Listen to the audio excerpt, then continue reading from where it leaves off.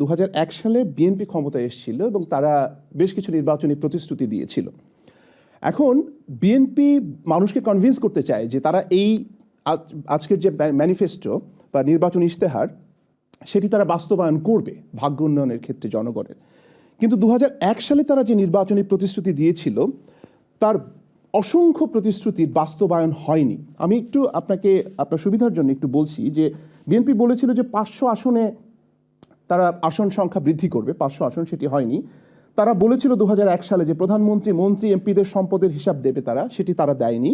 তারা বিচার বিভাগ পৃথকীকরণ করেনি, প্রতিশ্রুতি দিয়েছিল। রাষ্ট্রায়ত্ত রেডিও টিভির স্বায়ত্তশাসন হয়নি, স্থায়ী পে কমিশন হয়নি, গঙ্গার পানি চুক্তির পরিবর্তন হয়নি, পার্বত্য চুক্তির নতুন সমাধান হয়নি, ইন্টারনেট ভিলেজ হয়নি, সবার জন্য বিদ্যুৎ হয়নি এবং সব বেসরকারি প্রাথমিক বিদ্যালয় সরকারিকরণ হয়নি। এরকম আরও রয়েছে, আমি জাস্ট কয়েকটি উল্লেখ করলাম। বিএনপির এবারের নির্বাচনী প্রতিশ্রুতি তারা যে বাস্তবায়ন করবে, মানুষ কেন এটি বিশ্বাস করবে ডক্টর মামুন, যদি একটু বলেন, মানে আগের অভিজ্ঞতা থেকে যদি জানতে চাই। বলুন, আমি অবশ্যই আপনি তো যে জিনিসটা উল্লেখ করবেন এখানে সেটি আমার অস্বীকার করার কোনো উপায় নেই, বাট সেক্ষেত্রে ভিন্ন বক্তব্য নিশ্চয়ই উপস্থাপনের সুযোগ আছে। তার আগে আমি একটু নকিব ভাই যদি আমাকে অ্যালাউ করেন, অনেক শুভেচ্ছা জানাচ্ছি, দর্শকদের শুভেচ্ছা জানাচ্ছি।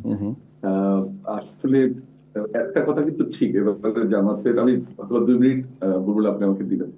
এবারে কিন্তু জামাতের যে ইশতেহার তার প্রেজেন্টেশন নয়, কোন কোন ক্ষেত্রে সাবস্টেন্সও অ্যাপ্রিসিয়েবল। একটা দল যারা ক্ষমতায় যাবে এটা ভেবে আগে কখনোই ম্যানিফেস্টো তৈরির অভিজ্ঞতা ছিল। আমি পজিটিভলি বলছি না, কিন্তু আমি আশা করি যে আপনি পজিটিভ ক্রিটিসিজম হিসেবে নেবেন। যে ম্যানিফেস্টো তৈরি হয়েছে 90 এর কথা যদি আমি বলি বা 2001, সবসময় একটা এককভাবে থেকে বা নির্বাচন করলে বা জোটবদ্ধভাবে নির্বাচন করলেও এরকম ফুল প্লেস ক্ষমতায় যাওয়ার মতো ম্যানিফেস্টো জামাত তৈরি করেনি। সেখানে একটা ইনএক্সপেরিয়েন্সের জায়গাটা নকিব ভাইদের মতো যারা একটা জেনারেশন তৈরি হয়েছে জামাত, যাদেরকে আমরা সম্মান করছি, তাদের কারণে এবং পলিটিক্যাল মোড়কটাও চেঞ্জ হয়েছে।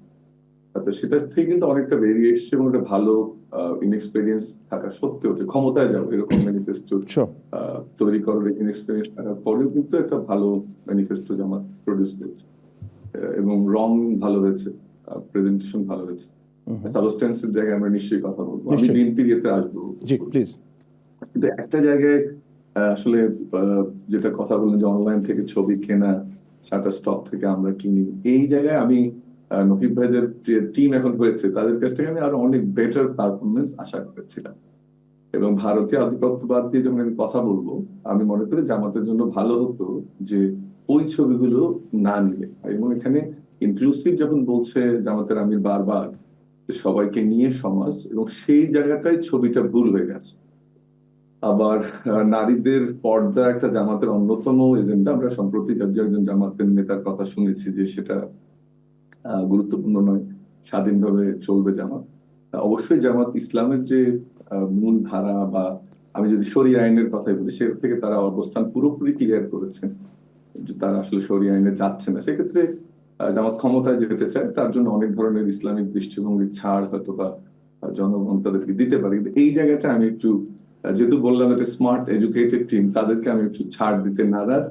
আমি খুশি হতাম যদি নকিব ভাই এটাকে এরকম কনস্ট্রাক্টিভলি পজিটিভলি অ্যাকসেপ্ট করতেন, যেটা আসলে নৈতিকভাবে রাজনৈতিক অবস্থান থেকে ঠিক হয়। হ্যাঁ, কেনার অবস্থান থেকে হয়তো হতে পারে, আপনার ভুল হতে পারে, এটা একটা জিনিস। আরেকটা হচ্ছে যে আমরা ধারণা করছিলাম যে গত 15 মাসে জামাতের আইটি টিম অনেক ভালো করেছে, নকিব ভাই নিশ্চয়ই দেশের যোগাযোগ হয়, we are expecting a better performance from them. যে এই টিমটি হয়তো বটে বেশি সময় দিতে গিয়ে একটু নারীদের বিরুদ্ধে আক্রমণাত্মক হতে গিয়ে সময় ব্যয় করে ফেললো কিনা। নকিব ভাই, আমি খুব কনস্ট্রাকটিভলি বলছি, প্লিজ ডোন্ট টেক আদারওয়াইজ।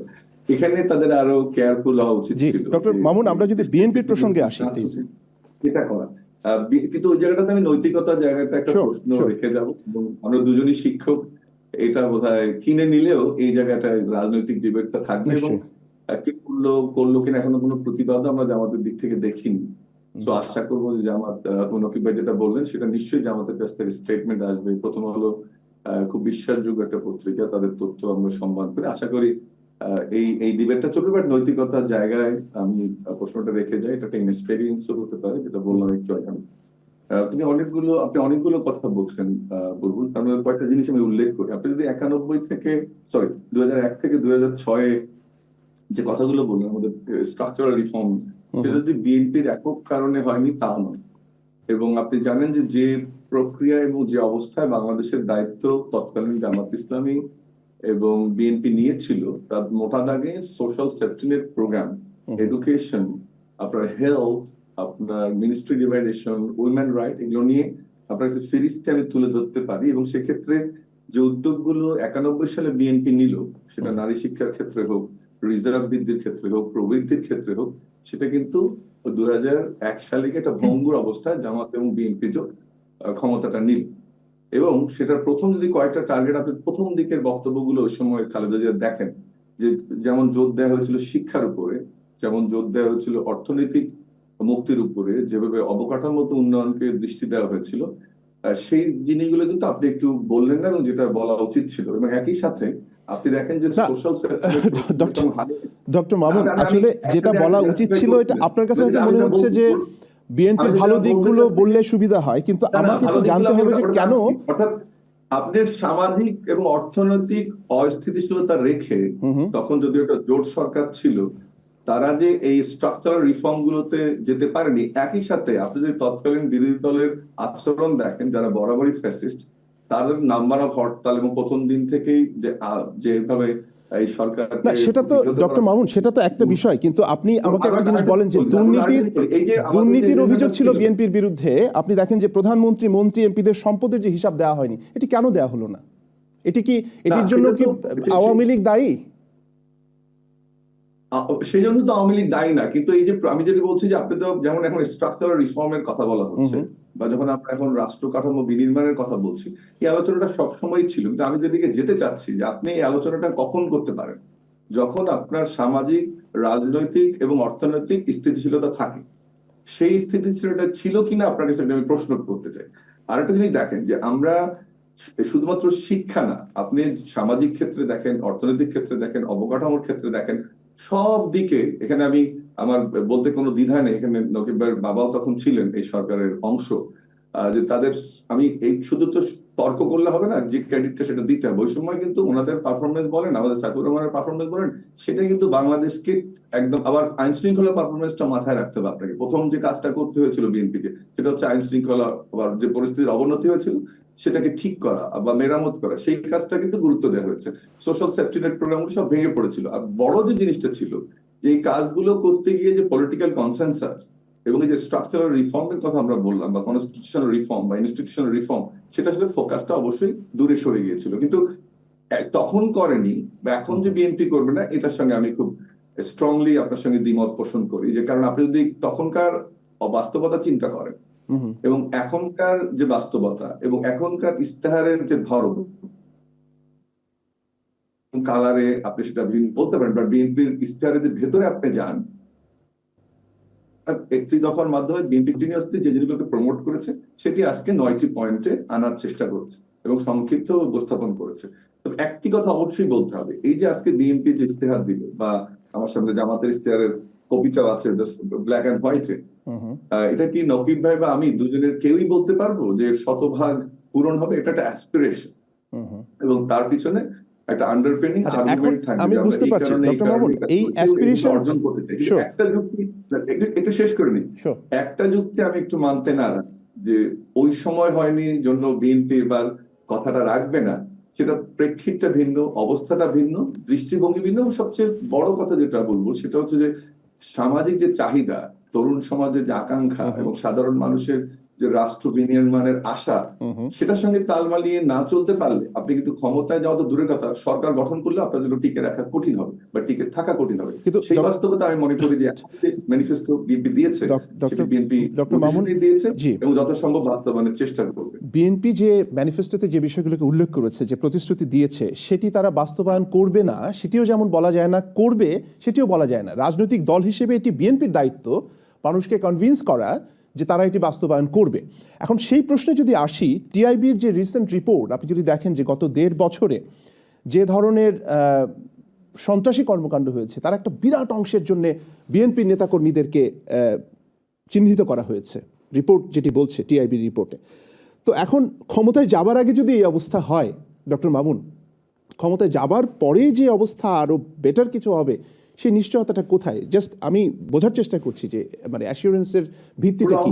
আমরা আপনি একটা একটু খণ্ডিত তথ্য হয়ে গেল।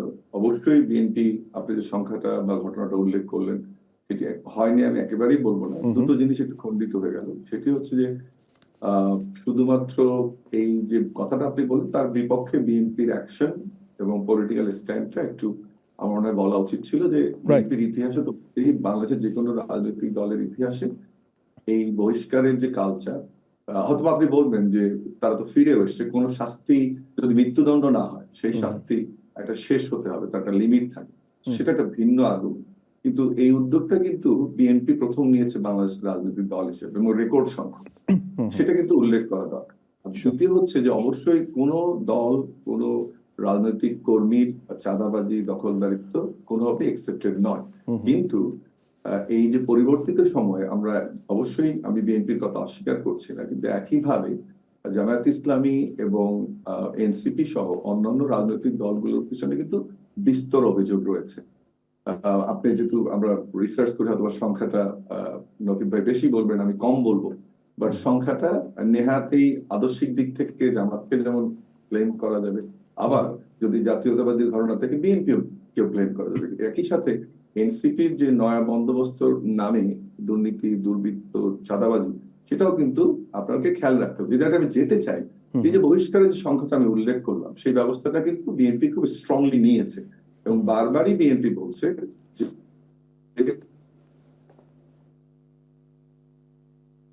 কোন কর্মী অপরাধ করে থেকে পুলিশ তাকে গ্রেপ্তার করুক। এবং আজকে যদি আপনি ম্যানিফেস্টো চানে ফলো করে থাকেন, আপনি দেখবেন যে আমাদের চেয়ারপারসন উনি রিপিটেডলি শুরুতেই ব্যাখ্যা করেছেন দুর্নীতি নিয়ে, আমাদের অন্যতম প্রায়োরিটি হিসেবে, স্তম্ভের প্রায়োরিটি হিসেবে সেটাকে উল্লেখ করেছেন এবং আর বক্তব্যের শেষে উনি দুবার দুর্নীতির বিরুদ্ধে দলের অবস্থান নিশ্চিত করেছে। আমি মনে করি যে প্রক্রিয়ায় এটা যাচ্ছে এবং যে প্রক্রিয়া বিএনপি ঢেলে সাজানোর চেষ্টা করছে রাজনীতি, এটা আস্তে আস্তে টপ লেভেল থেকে নিচের দিকে যাবে এবং আমাদের যে একটা দুর্নীতিমুক্ত রাষ্ট্র গঠনের স্বপ্ন আজকে তুলে ধরেছেন পার্টির চেয়ারম্যান, সেটা নিশ্চয়ই আমরা সেদিকে যাবো এবং একটা দুর্নীতিমুক্ত সমাজ আমরা দেখবো যেখানে সুশাসন থাকবে।